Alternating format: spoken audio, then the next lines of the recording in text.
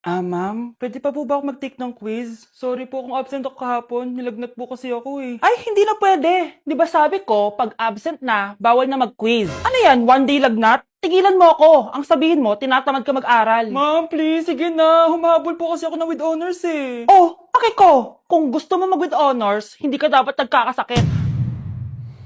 Ay, hello ma'am. Good afternoon po. Yes po ma'am. Kayo po yung nanay ni Scarlett, di ba? Ay, opo ma'am. Yung anak ko kasi nilagnat. Kawawa naman. Pwede pa po ba siya mag-take ng quiz? Humahabol kasi siya ng with honors eh. Sayang naman. Ay, ganun po ba ma'am? Kawawa naman po pala si Scarlett. Di bale ma'am, bibigyan ko na lang po siya ng quiz. Nak, sa susunod kasi magsabi ka sa akin ha. Hindi po kasi siya nagsasabi sa akin eh. Nagka-amnesia siguro to. Naku, salamat sa konsiderasyon ma'am ha. Sobrang bait niyo po. Ay, opo ma'am. Mabait po talaga ako. Di ba nak? Opo nay. Mabait po siya. Hello, Bes.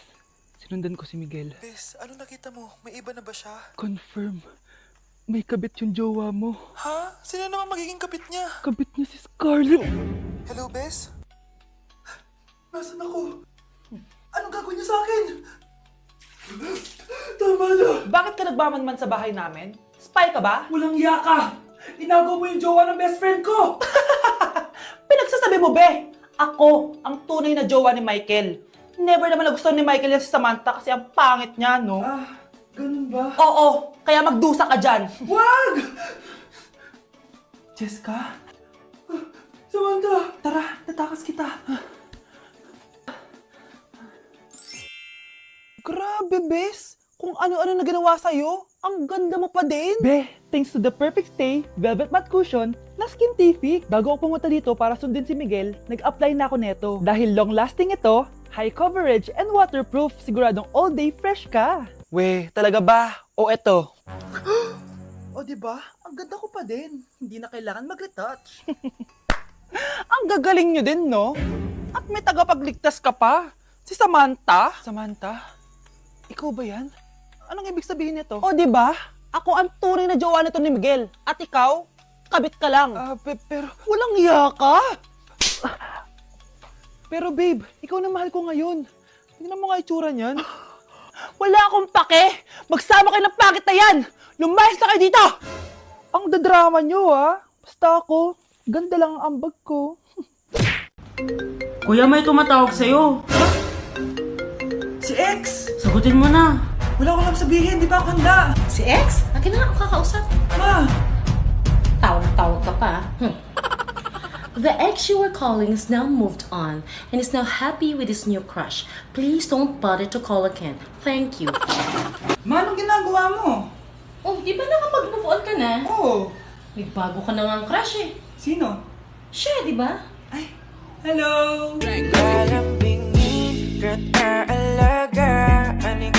Uy! Hi, Mare! Mare! Nandito ka na sa Manila? Yes, of course, Mare! Nandito na ako! Yes! Ay! Mare! Para! Mag-bless ka na sa tita mo! Sige na. Aba, dalaga na anak mo, Mare! Is that true? May boyfriend ka na, Iha? Ay! Wala pa po, tita. Tamang-tama! Single anak ko! Sige na, para magkapura tayo agad, Mare! Ako na agad, Mare! Pero wala pa. Look! Desisyon! About pala sa utang mo, Mare. Utang? Mare! Cherry, kahit wag mo na yung bayaran, Mare. Okay na yun. Sige, Mare! Ano ka ba? Eto pala, oh. Mga binili ako para sa iyo, Mare, oh. Salamat, Mare! Hello, Mare! Dito na ako sa Manila, Mare. Nay! Pagod na pagod ako. Kasi yung bahay niyo dito, huy. Ha? Ate ka ba, Mare? Mare! Nauna pa sa'yo yung mga doppelganger mo! Ha? Napugangar? Hala ka, Mare! Umalas na kayo sa bahay niyo, huy. Baka matrapa kayo sa mundo nila. Sige! Anak, tara na! Sige po, Nay! Anak, bilisan po! A few moments later. Umalis sila, Day.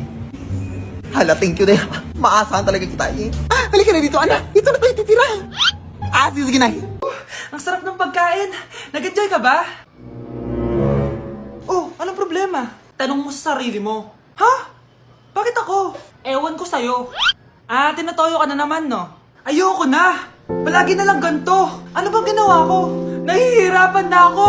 Ang ayos-ayos mo lang kanina kumakain tayo, Alam mo, okay na sana eh. Kaso ang damot mo. Ang damot-damot mo! Ano bang pinagdamot ko sa'yo? Sabi ko sa'yo kanina, sa akin na lang ang balat ng manok. Pero kinain mo pa din. Hindi ko talaga kayang ibigay yun. Ipagdamot mo na lahat. Wag lang ang balat ng manok. Sorry na. Hindi. Itigil na natin to. Babe naman eh. Di mo ako babe. Bakit? Tanga kapatid mo ako. Ay, lagot ka kay mama.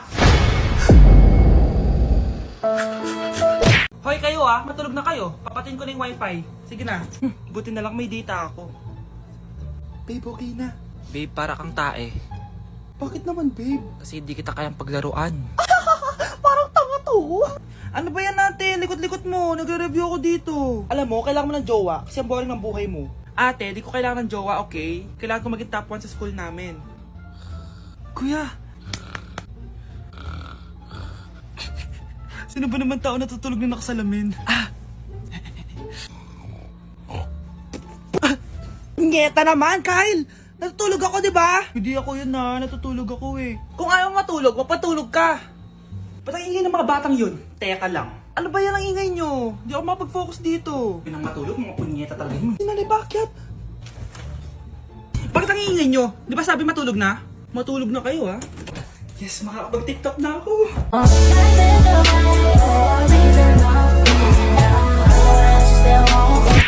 Ako kapag ayaw ko ang luto ni mama. Anak, tikman mo nga to linuto ko. Sige po, Nay.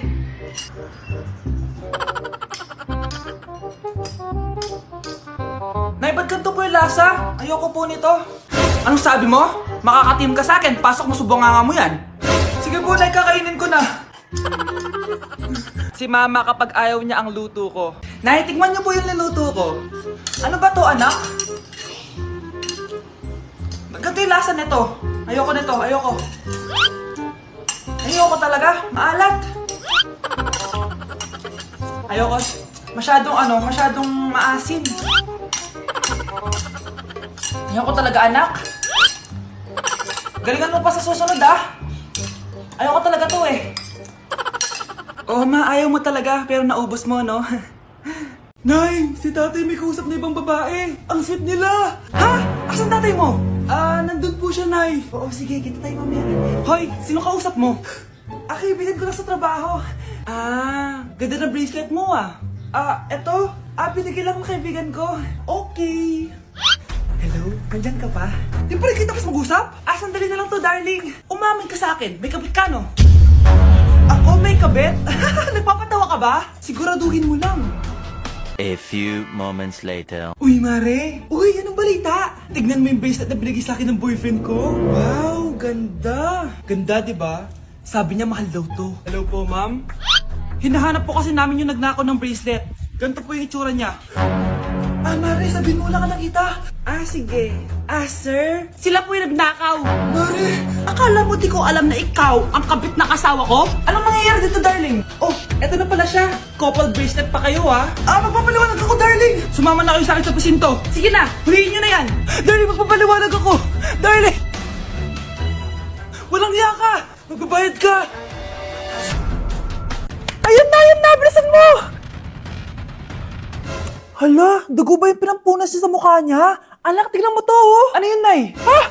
Anak, ano yung nasa mukha mo? Dugo ba yan? Ginagaya mo ba yung pinupload ko? OA ka talaga, Nay. G2G peeling solution to. Gentle exfoliating to. Tinatanggal nito yung mga blackheads, whiteheads, tas nakakaliit din ng pores. 2 times a week ko to ginagamit, kaya instant glowing at smooth na yung texture ng skin ko. Ay, perfect yan, anak. Ang dami ko pa namang blackheads tapos ang laki pa ng mga pores ko. Charan! Ito, Nay, sa'yo na to, 199 pesos lang yan.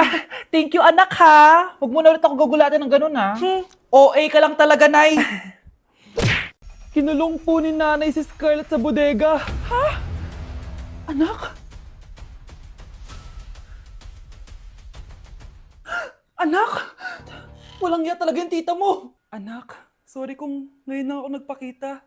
Pinakulong kasi ako ng babaeng yan. Deserve mong makulong. Ikaw ang ikukulong namin dahil child abuse ang ginagawa mo. Ano? At hindi mo na din makukuha ang 50% ng mana. Hindi pwede! Nay, masaya ako na nandito ka na. At hindi na din tayo maghihirap dahil sa pamana ni tatay. Masaya din ako, anak. Siyempre kasama ka dito sa Manta.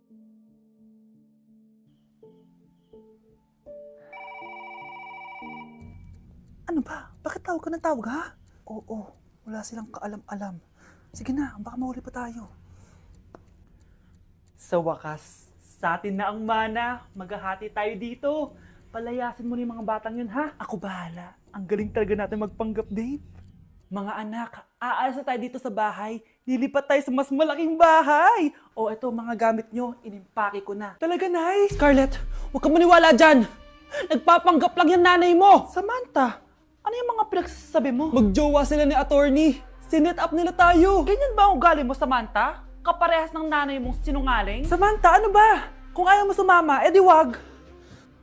Sige, kung totoong anak mo talaga si Scarlett, saan at kailan mo siya ipinanganak? Ang dali naman yan. Edi sa Manila. Pinanganak ako sa ibang bansa. Hindi ikaw ang nanay ko. Ay, oo nga pala, sa ibang bansa pala. Sorry, nakalimutan ko. Ang dami namang drama. Total, nasa amin na ang mana. Umalis na kayong dalawa. Kung ayaw niyong pati kayo, ipakulong ko. Kung meron mang makukulong, kayong dalawa yon. Salamat sa pagtawag, Samantha. Inaaresto kita, attorney, sa kasong panloloko. Palpak ka talaga! Naisahan niyo ako ngayon, ha? Hindi pa ako tapos sa inyo. Talagang sinira mo yung sarili mo, attorney, para sa pera. At ang dami mo na palang naloko. Samantha, huwag na tayong maghiwalay, please. Oo, Scarlett. Dito lang ako palagi sa tabi mo. Kayong dalawa, mag-ingat kayo palagi, ha? Gamitin niyo na maayos sa pamana ng tatay niyo. Salamat po.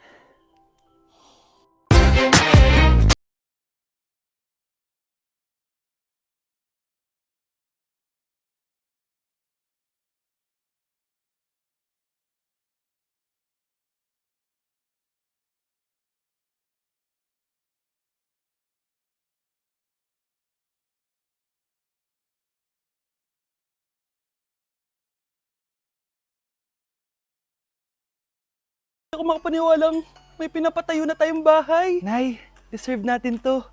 Ang tagal nyo din to pinaghirapan. Ma'am, saan ko po ilalagay itong mga semento? Doon na lang sa gilid, kuya. Sige po, ma'am. Excited na ako matapos tong bahay natin, anak. Saan dito? Hoy, huwag ka pupunta dyan! Grabe nangyari sa kanya. Naman siya. Ba't ang daming tao? Engineer, anong meron? Ma'am, yung isa sa mga trabahador namin, na kuryente tapos natabunan ng semento. Ayun, namatay. Ha? Paano nangyari yun? May nag-utos ata sa kanya na ilagay yung semento sa gilid. Madami live wire dun eh. Ay. Ang problema, ma'am, kung tatanggalin pa namin yung katawan niya sa ilalim ng semento, baka hindi agad matapos tong bahay niyo. Hindi pwedeng hindi matapos agad tong bahay na to. Di bale, babayaran ko na lang yung pamilya nung namatay. Nay, sigurado ka ba? Sige po, ma'am. Sige na, ituloy niyo na yan. Congrats po, ma'am. Natapos din yung bahay nyo. Ang ganda, di ba? Wow, ang ganda. Maraming salamat, engineer. Una na po ako, ma'am. Anak, tara, pasok na tayo. Wow, ang ganda ng loob. Nay, hindi talaga ako mapakali na may bangkay dito sa ilalim ng bahay natin. Huwag kang okay, anak. Kasalanan niya naman kung bakit siya namatay eh. Ay, matutulog na lang ako sa bago kong bahay. Wow, ang ganda ng kwarto ko. Ano yun? Kasalanan mo kung bakit ako namatay. Nay! Charan! May mag-uulam na naman ng itlog at sardinas for a month. So, bumili ako ng iPhone 17 Pro. Sana all naka-iPhone 17. Yes, guys, hindi po ako anak ng contractor. Galing po to sa pinaghirapan ko. Hindi po to galing sa nakaw. Ano? Ang ganda. Okay na. Ang ganda ng blue. Ganda ng pagka-blue niya, it's dark. Okay guys, side by side sila ng dati kong phone. Ito yung dati kong phone, medyo malaki siya. And ito na yung bago kong phone. Ayoko na sa malaki guys, kasi ang hirap niyang hawakan. So meron pala siyang cord and SIM ejector. Ang gaan niya. Satisfying part. Okay, satisfied. Wala pa akong tempered, so kailangan careful lang. Hello, hello. Eto na siya, guys. So, sa setup ko muna siya, guys. Babalikan ko kayo. So, eto na. Na-setup ko na and nandito na lahat ng apps ko. Kung makikita nyo, iba na talaga yung design niya. Siyempre, naka-iOS 26 na siya. Tignan nyo, guys. So, yung glass. Punta tayo sa camera niya. Ito yung normal. Tapos, pag pinindot ko to, grabe, sobrang ultra-wide naman nito. Ito yung quality ng front camera niya. Ganda. Tapos, ito naman yung quality ng back camera niya.